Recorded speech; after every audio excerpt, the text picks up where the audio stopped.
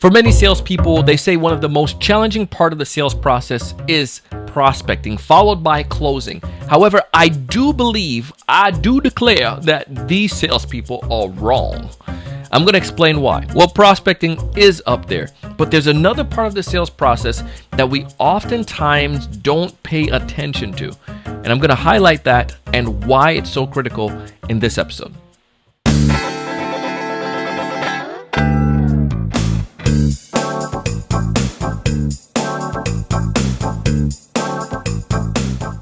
Hey, everyone. Welcome to another great episode of the Sales Evangelist Podcast here on TSC TV on YouTube. I'm your host, Donald Kelly, the Sales Evangelist. And I'm so excited for another great episode. I'm so excited to be here with you today. And on this episode, we're going to talk about one of the parts of the sales process that I believe that many salespeople get wrong. And I think many people overlook it. We know the biggest two sides of the sales journey. One is the amazing prospecting side, which a lot of you don't like or don't care too much for, but you know that it's critical. And we've gone over that in past episodes, and we will continue to go over that in future episodes.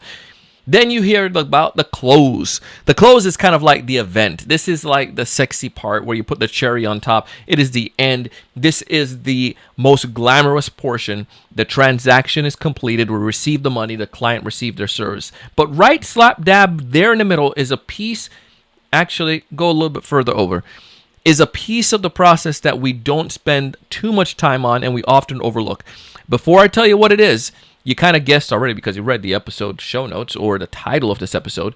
But let me go ahead and give you a scenario.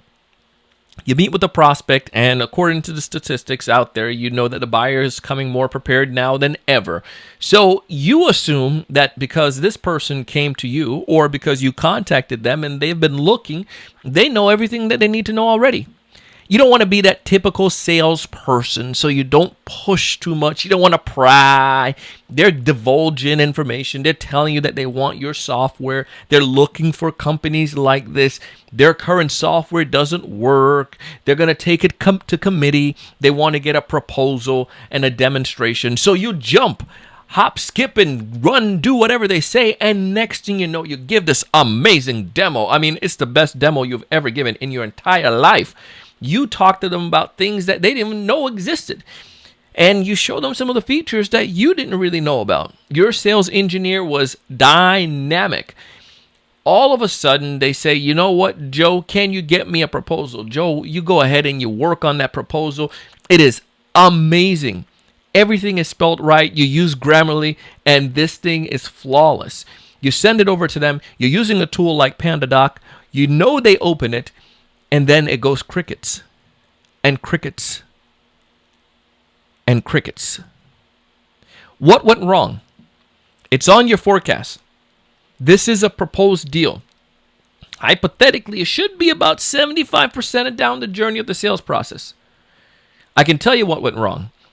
Your discovery sucked. 100%. You assumed a lot.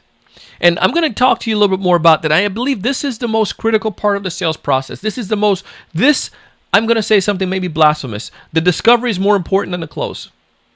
I said it. Sue me. The discovery part of your sales process is more important than the close. I'm 100% because if you don't do a discovery, you won't close. You will be able to, you may get lucky. You may become easy, but I want to share a stat that we learned from HubSpot, and I'll link back to it. It said that 50% of prospects are not a fit for your organization. So 50% of the people you're meeting with are not a fit. So hear me out on this.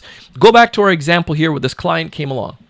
And when you say not a fit, that could be many different reasons. Could be like they just don't jive with your culture. Maybe you can't solve their needs, or they're not the right type of customer for you. There could be 1,000 different reasons why they're not a fit. But the point is about 50% based on statistics, and you could see this with your pipeline and with your data as well. Maybe about 50% of the people don't become customers, at least not right now. So if I understand that's the case, and I get someone come into my organization, or I reach out to a prospect and they raise their hand and say that they're interested, I don't want to go down that journey like Joe, because if I go down that journey like Joe, I'm going to add bogus things to my pipeline. Those deals I'm going to get emotionally attached to. I'm going to get emotionally attached with the commission that could come from this darn thing. And then they're going to disappoint me and not work out. However, if I could mitigate that as much as possible, wouldn't that be so much more effective for my mental health and also for the client's well-being as well? Of course it would be. And that's through probing, so to speak, digging, and getting the most information. I believe that salespeople like you and me should focus more on disqualifying rather than qualifying. Let me repeat that one more time. I believe salespeople like you and me should focus more on disqualifying a prospect rather than trying to qualify them. If we recognize that 50% of the people that we're talking to are not going to be a fit for us, doesn't that make sense? I want to get rid of the ones that are not a fit right away so I can focus on the ones that are a fit. And that only comes through a discovery. When you have a great discovery, here are 3 things that happen. 1, we understand the need of the client and they understand our capabilities. It's plain and simple. Number 2, we understand how they're going to make the decision for our solution, and they learn how we are going to help to implement that solution. So we're kind of giving them some information, and they're giving us some information. So we understand 1, their needs. 2, we understand how they're going to make a decision for this, and then 3, we understand who is going to do that and also the money they're going to spend on it. If you don't get these things, and I know some of these are basic band, and I know you have your different acronyms. I don't care what you call it. I really don't care. But the point is, you need to make sure you understand some of those critical components. And if you don't get that in the discovery, if you don't understand that, if there's no establishment that this is a true need, if there's a true purpose, rather than, yeah, we're doing research and we figured out it's going to be good for us, why do you figure it's a good fit for you right now? Why don't I try? I would ask them those disqualification questions. Donald, you just told me that you guys feel that this is something that you're looking for right now, and you know you need this right now, but why? Why do you need this? They will try to sell me on why they feel they need a software. Great. Or my solution or the product. Fantastic. Now they believe that. What if you don't do it? What's the ramification right now? Why you don't need this right now? Well, if you don't do this right now, Donald, this is what it's going to cost us. Blah, blah, blah. Great. They're trying to pitch me on why they need this product or this service. Check. We understand that. We understand the ramification. We understand that if they don't do it, it's going to cost their organization, and we get that. We need to figure out how they're going to evaluate. You're looking at tons of companies right now, David. How are you going to select which one? There's so many different options. For instance, we're the best one out there, but what are some of the other criteria you're going to look at besides having awesome sales reps like Donald? Well, we want to see that do this and this. Is that only what you're going to look at, David? Or is this a committee of folks? What are they going to look at? Who is going to be a part of that committee? Great. David tells me who that is. So I understand who's going to be a part of that decision making and how they're going to make a decision on that. And then also, I'm going real quick on this, but you get the idea. And then I also want to figure out, well, do they have the money for this? And if they don't have the money for this, then definitely not a fit for us. But let's say they do have the money. We also need to make sure we understand the timing. Is this something they're looking to do right now in Q3, or they're looking to do this in Q3 of 2022? We want to make sure we focus on deals right now. But you can understand from what we're getting at that the discovery is a critical part of the sales process. If you don't get these things, then how in the world do you know if this deal is going to move forward? I've been in that situation where I'm sitting down with the leadership, going over my pipeline, going over forecasts, and all of a sudden, we realize that the deals I have are bogus because I can't answer basic questions as far as who's going to make the decision, how they're going to make the decision, the time frame of that. I assumed because the person came to me doing research. And don't assume because it doesn't do you any good at all. Now, I hope this all makes sense. I hope this all is simple enough. But I want to ask you one question. How do you feel your discoveries are? Do you feel that your discovery is up to par?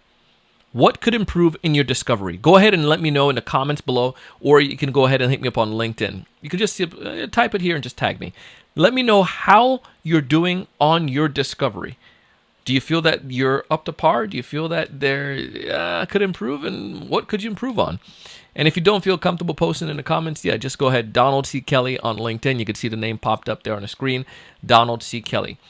I share this because I really want you to understand how important I feel the discovery is. More important than the prospecting phase. Well, prospecting is pretty darn important, but it's more important than the close for sure. And I would say that if obviously without prospecting you can't get to the discovery, right?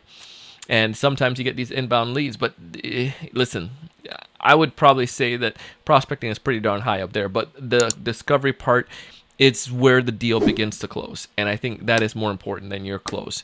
Don't worry about the end. Don't worry about overcoming objection. If you do a really good discovery, your close is going to be so much easier. I share stuff like this because I want to help you. Check out our sponsors. You see their name popped up there at the bottom. You see their information down below. Check them out. Take advantage of the offers that they're giving you because it is so good. We want to help you. We want you to succeed. We want you to thrive. We want you to find more of those ideal customers. We want you to know what to say when you reach out to them. We want you to close more deals, but most importantly, we want you to go out each and every single day with a strong mindset and do big things. Thanks so much for watching. Hey, thanks so much for taking the time to watch this video today. If you enjoyed the content, I ask you to go ahead and hit that like button, that thumbs up at the bottom right-hand corner. Also, to make sure to subscribe if you haven't done so already. This way, we'll keep you up to date with all the latest sales strategies, latest tools, and things that are going to help you to not only find more prospects, but to close more deals. Thanks so much.